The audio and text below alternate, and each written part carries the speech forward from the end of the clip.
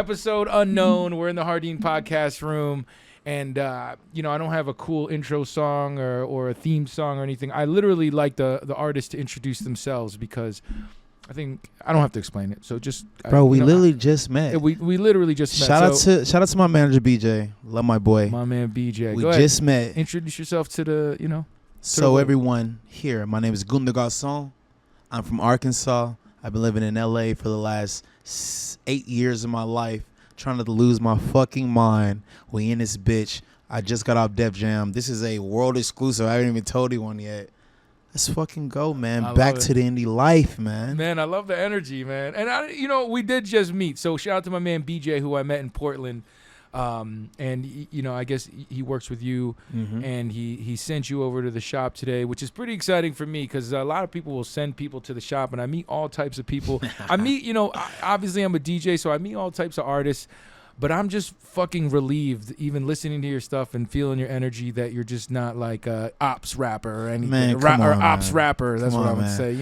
I got plenty of ops, but I could give a fuck about them. Real shit. I mean, honestly, and we literally just met, and I only listened to one song, and I halfway through the song, I looked at him, and I said, "This is a fucking relief that this is actually good, and it's not awkward, because then I'd be interviewing someone that sucks." Yo, and I know the shrooms is helping too, man. I'm a major advocate for the shrooms and the psychedelics.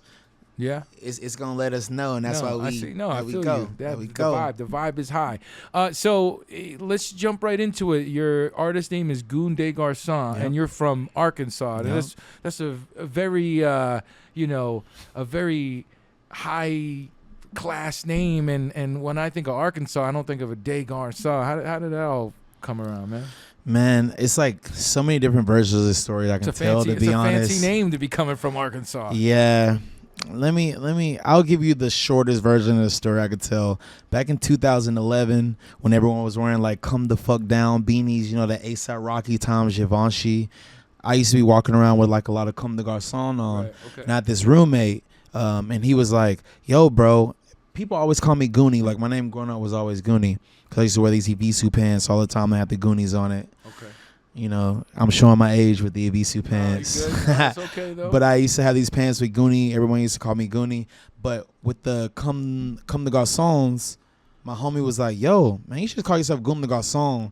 And I thought it sounded like a crazy little like alias. It almost sounded like some like Zoolander, like this, like just like very cocky, very like brash. Right. I always think guy. I always think when DJs go from like hip hop to they like add St. John to the end of the name or something. Yes. Bonics St. John, Yeah. and then the genre change. Yo, kind of hard, man. Bonics St. Bonics. I think that one's even better. That one's actually good. Go. That one's actually good. So an artist coming from Arkansas though, like what's that like?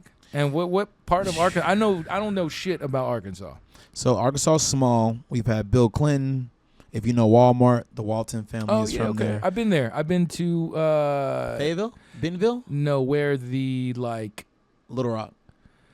We went there with Wiz and Snoop last year. Yes, and y'all were at the riverfront. Yes. Yeah. I remember I was getting my jog on, walking around there. There's like a Top Golf. It's a real nice, chill area. Like, bro, Snoop went over there to the Walmart because he got ice cream there and all that. Come on, it's chill. And that's where you're from, that area? Yep, that's where I'm from. Well, I'm from Pine Bluff. Pine Bluff is 45 minutes south of Little Rock. Okay. It's a small town.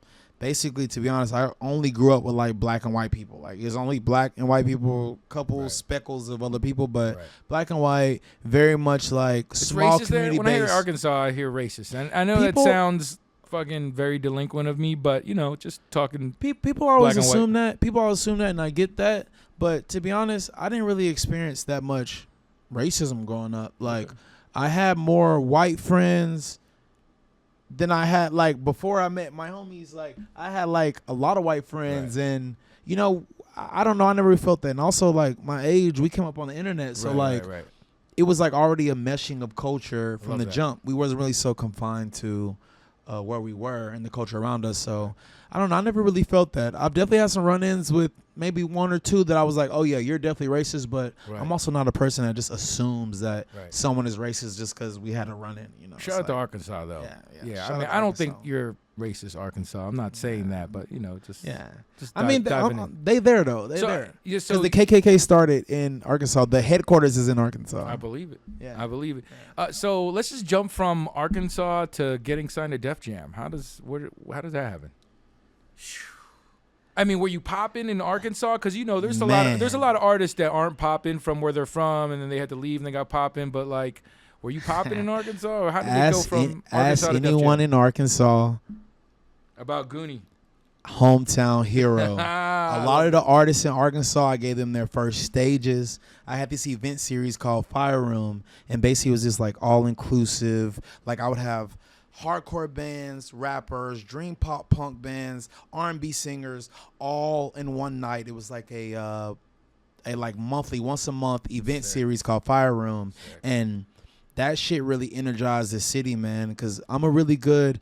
Before I was a rapper, I was like a graphic designer and like editor, right? So I don't know if you know Black Party.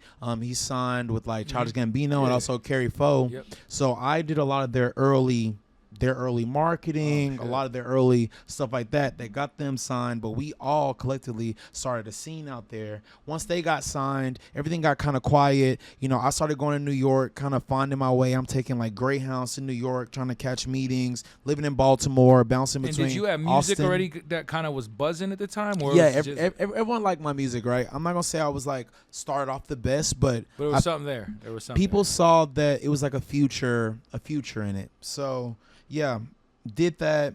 We started the scene, and after that, I just started going everywhere I could. Like I called it the homeless tour, right? I was literally going from couch to couch to couch, whoever would have me. Let's say I'd have friends in Austin, and like they might just be, oh, yo, we're trying to throw our first show in Austin for South by Southwest. I We mean, I want you feel to be like there. sleeping on a couch in Austin is like a part of success somewhere. It's gotta be.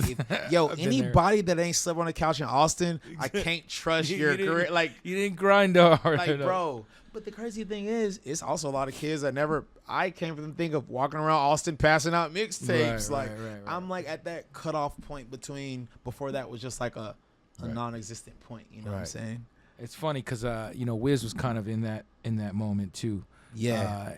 I actually, unpopular opinion though, and I love hip hop, but I feel like hip hop ruined South by Southwest sometimes. Man, There were great hip hop moments. Don't get me wrong. Look, Great I hip hop don't- moments. I do Built not- more, all that stuff. I don't want no smoke with this nigga. But I remember being at South by watching the baby running around there in a diaper. If that's what you talking about, I completely agree. I just remember like a bunch of squads running around and not smiling and basically being like, yeah, we're fucking squad. And you're like, dude, like, have fun. We're in Texas, but y'all want to look hard as fuck on the street. Y'all want to look. It's like, bro, it's like keep Austin weird, nigga. This is not the it's not the place. Yeah, G. exactly. So after a while, though, that kind of wears off. And, Yeah. and especially when Wiz was doing it, everyone was like, yo, get me into these parties. I'm like, yo, these parties are as big as this room, bro. Man, but y'all was running Nah, it was when it's good. like Kendrick, Yeah, Big Crit, A$AP, Currency, yeah, ASAP. exactly, Like, yeah. bro, them was the Yeah, that was a turning point. like them were like the pinnacle moments. Like even when people talk about South by now, Right. that is what they're still chasing, right? I remember like Gashi giving me his tape Come on. in the hotel lobby type shit. Jake Miller. Come on. Crazy. A lot time. of niggas that's in it now was Yeah. passing out. So them tapes so at then South Def by. Jam, man. Let's jump to Def Jam. How does it So- go from couch surfing to being with one of the prominent hip hop labels? We'll talk about what happens after that, but Yeah. let's go to Def Jam real quick. We're not trying to air anything out, I just Yeah, we yeah. get to know who you are. Yeah, so the shortest form of this story is I used to email Anthony Kilhofer, who was Kanye West's engineer, like all the time, right? He was just on my email list when I'm working overnight at a hotel. And one time he hit me, and I just kind of basically told this nigga a lie and said, yo, I'm going to be in LA soon. I would love to get a meeting with you. And he said, okay, we'll have the meeting. One of my homies at the time, shout out my homie, man. bless you, my boy. I ain't gonna say your name because obviously it's a little incriminating, but one of my homies was like mad credit card scamming. So he helped me and my homies scamming credit cards. Okay. Yeah, so he helped us get our flights. I'm talking we're broke. We're just Arkansas niggas, right? He helped us get our flights out to actually make that meeting. So who set up the meeting? Sorry. Anthony Kilhoffer. So Anthony Kilhoffer is Kanye West. He's always been Kanye West engineer, Kid Cudi, all the people I love. How did he know about you? Just like through the I would just email him all the time. This nigga had his email on his website. I added him to this like BCC email list. I'm working overnight at a hotel every night doing auditing and like overnight shift. So once everybody kind of slept, that's when I would pop my Adderall, edit all our videos, send emails out. I'm just running shit, right? He ended up hitting me back one time, and I told him, "Oh, I'm actually coming out. Could we meet?" I had no plans of ever going to LA. He said, "Yeah." Took the chance, came out here, came out there, did everything I could in LA, and then I met Ron Rodriguez at Fake Work. He introduced me basically to Paul Rosenberg. Wow. And Paul Rosenberg, he was CEO of Def Jam at the time. Flew me out. I'm talking about you get off at JFK. They got the people with the sign for the first time. Right. Black car, hotel, to the meeting. I'm talking about I play him my music. I could tell he just fell in love with the story because also Paul is from that generation of like wanting somebody that know what they want, that's gonna get it no matter what. Right. He loved it. I played the music. I shit you not. Ask anyone that was in that meeting. Shit was falling off the walls. His plaques was falling off the walls because we was rocking the meeting so crazy. Wow. Crazy. Signed me straight right then. I'm talking about I still had like 3,000 followers on Instagram. Like they took a huge chance on me. I wasn't even popping. And like these days, that's not like heard of, right? They're not taking chances on anyone like that. Took a chance on me. Did my thing, Did you release music with them then? I released, for me to be a fucking nobody, I got 5 projects out with them. I felt like a rat just running around in a mansion. Like I'm just, okay, here's this. First project I did was called Cheers to the End of the World. It was 2019. I'm walking around all 2019 with a face mask on. I ripped it a little bit. I had just got my advance, so I bust down grill crazy. I'm walking around like that. Project called Cheers to the End of the World. Our first single was Breathe Outside While You Can. Also, I had Jaleel, my boy Jaleel. He was on my first single with Def Jam. That's my boy. I remember, that's another story. But first single, me, Jaleel, and the project was about like the world ending and like, this, it's just like this vibe I was on, right? The literal next year, 2020 happened and we're all wearing masks. It's crazy. A lot of my fan base, like my little secret lore is that like I brought this on. I don't believe that, but a lot of people say that. I mean, the timing of that's kind of crazy. Kind of crazy. So you just said a little bit earlier that now you're off Def Jam. Was that was that a bad parting, or is it something that needed to happen, or was it? I think it needed to happen. Yeah. Like obviously any like little sudden shift, but I mean we all know how the industry is going now. Right. I'm just more appreciative and blessed. For the opportunity that I was given. I mean that means something. Like what I like to say is that you got to watch like your loops in life. You know what I'm saying? Like if you had success in the past, that means you can have success in the future. So I just feel like that you were only shown something you already know, and that's so true. and just the stamp of that in that moment is something that that I think verifies that you have that star power. And just because you didn't it didn't end up the way they wanted it doesn't mean that's not how you wanted it. Exactly. Right. And like I said, I'll never give up on this shit I'm doing. I came from fucking nothing. Right. I came from the bottom. In Arkansas, we didn't have bloggers. We didn't have videographers. Everything we ever did, we made ourselves. So that taught me perseverance. That taught me the grind. That taught me the confidence. Like I said, I've did shows with one person. I've did shows with 1,000 people. Them shows with one person is way harder than any of the other shows you do. And especially a place where we're from, where they're just going to look at you. You know how the hometown is, right? They're just going to look at you, right, and you got to find out how to get that crowd control down. Right. I feel like the people I had to get myself ready for in Arkansas was way scarier than the people in LA. Right. Or any big city in the fucking world. I could give a fuck. The people in Little Rock. And that's like, they tested me. The artist, the DJ Bonics, came out of Pittsburgh.